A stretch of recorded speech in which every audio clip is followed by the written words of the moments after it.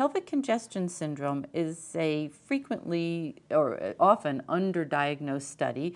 Many gynecologists don't really even know that much about it. These are pelvic varices that develop because of incompetent valves and are typically related to multiparity or prior surgery. The symptoms are those of a dull, heavy, aching pain that may exacerbate with standing and can be unilateral or bilateral. Upon clinical examination, the uterus tends to be bulky and tender because of all of those dilated veins in the periphery. There may actually be visible varicose veins in the vulvar region and buttocks and legs, and the ovaries may be slightly large and cystic appearing as well.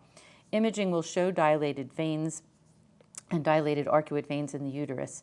This can be thought of as analogous to a scrotal varicocele and is typically more on the left than the right side. There are other causes of abnormal tubes in the pelvis, and this is one in this patient. She had right-sided pelvic pain and initially, again, was called as having a pyosalpinx. This is the dilated tube that she has in the pelvis. However, if you look a little more carefully, you can see that this is the ovary with a dominant follicle, and right next to it is, as I showed you in those other ones, a portion of her normal fallopian tube. The structure that was called a pyosalpinx actually has a gut signature. There's fluid, and here you can see the layers of hypoechoic, and a very thick submucosal layer in this patient. So not surprisingly, this is a loop of abnormal bowel in the right lower quadrant.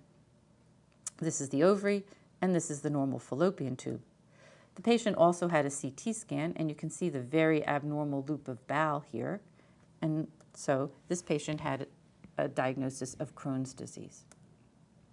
This patient came with right pelvic pain, and this is the normal right ovary. The clinicians wanted us to look for the possibility of torsion, and there was no torsion. The ovary was completely normal in size and appearance and had flow. Next to it is this little round structure, which is tubular, and you might wonder if this is a normal fallopian tube. However, a little bit more careful view, if you see, there are alternating bright, dark layers typical of bowel.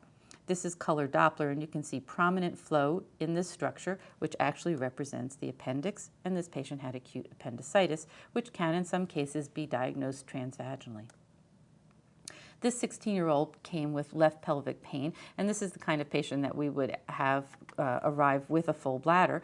This is the lower uterus behind the bladder, and the uterus and ovaries were fine. We noticed this little bright echo here with a small shadow, and we did color Doppler. This patient had several cups of water to drink, and she had frequent jets of urine from the right ureteral orifice and none from the left ureteral orifice, which is where this small echogenic calcification was located. So we went up and looked at her left kidney. This is the lower pole, and you can see the dilated ureter coming out of it. So another tubular structure in the pelvis to think about is dilated ureter.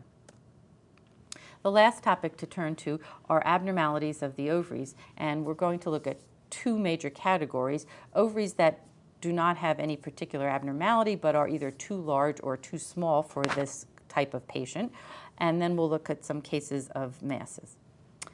This is a newborn girl who was sent for ultrasound because of a palpable right lower quadrant mass, and this mass actually corresponded to the right ovary. This is the appearance of the left ovary, and both of them have multiple small cysts in them and are slightly larger than usual. This is the typical newborn uterus. This is actually not an unusual finding to have large ovaries with multiple cysts, and these are secondary to maternal stimulation.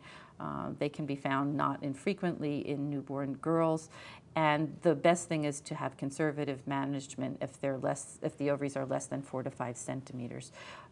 Occasionally, cysts can be aspirated if they're bigger, but these are, again, don't touch kinds of things.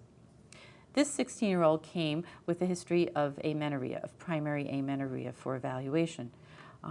In this young woman, we saw the uterus, which had an unusual configuration for someone 16 years old. It was a much more juvenile appearing uterus. This is a transvaginal view, which we were able to do. And we did find ovaries. This was the right ovary, This is the left ovary, and they were quite small. None of the measurements were greater than a few millimeters, and there were absolutely no follicles. So these represent ovaries that are too small. There's nothing abnormal in them focally, but considerably too small. And this patient turned out to have a mosaic form of Turner syndrome, which is not an infrequent karyotype that can have the presentation of primary amenorrhea.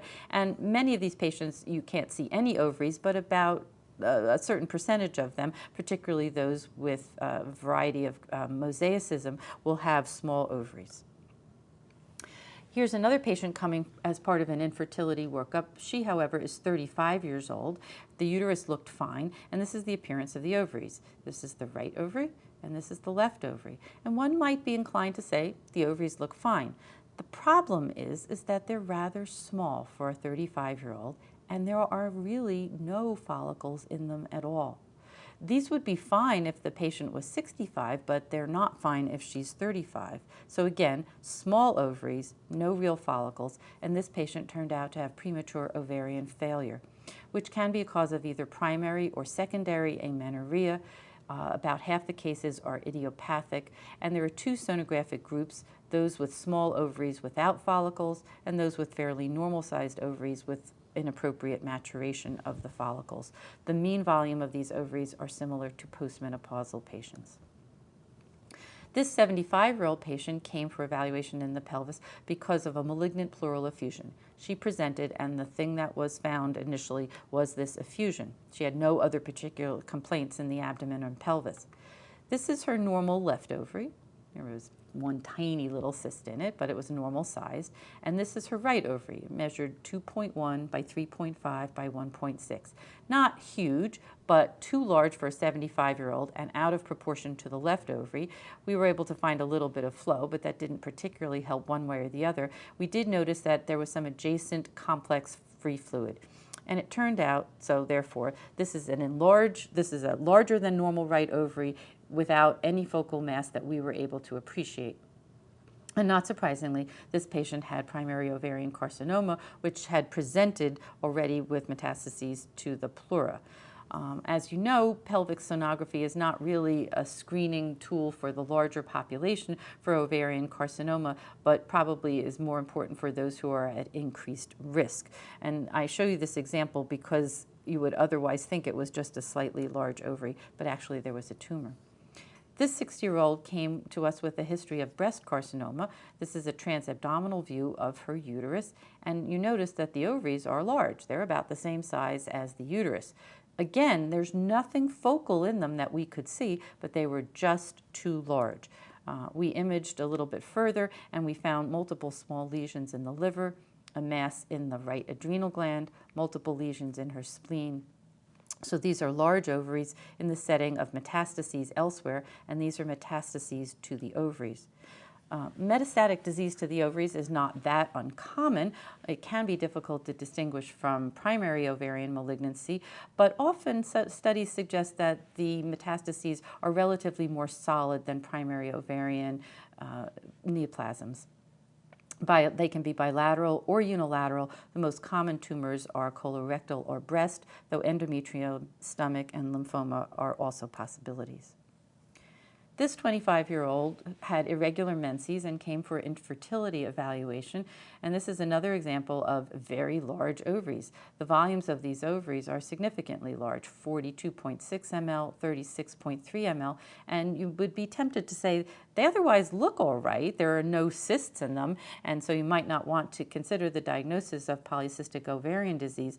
But if you look very carefully, the cysts in this case are just quite tiny, but here they are lined up around the periphery of the ovaries. So these are very large ovaries. There are tiny peripheral follicles.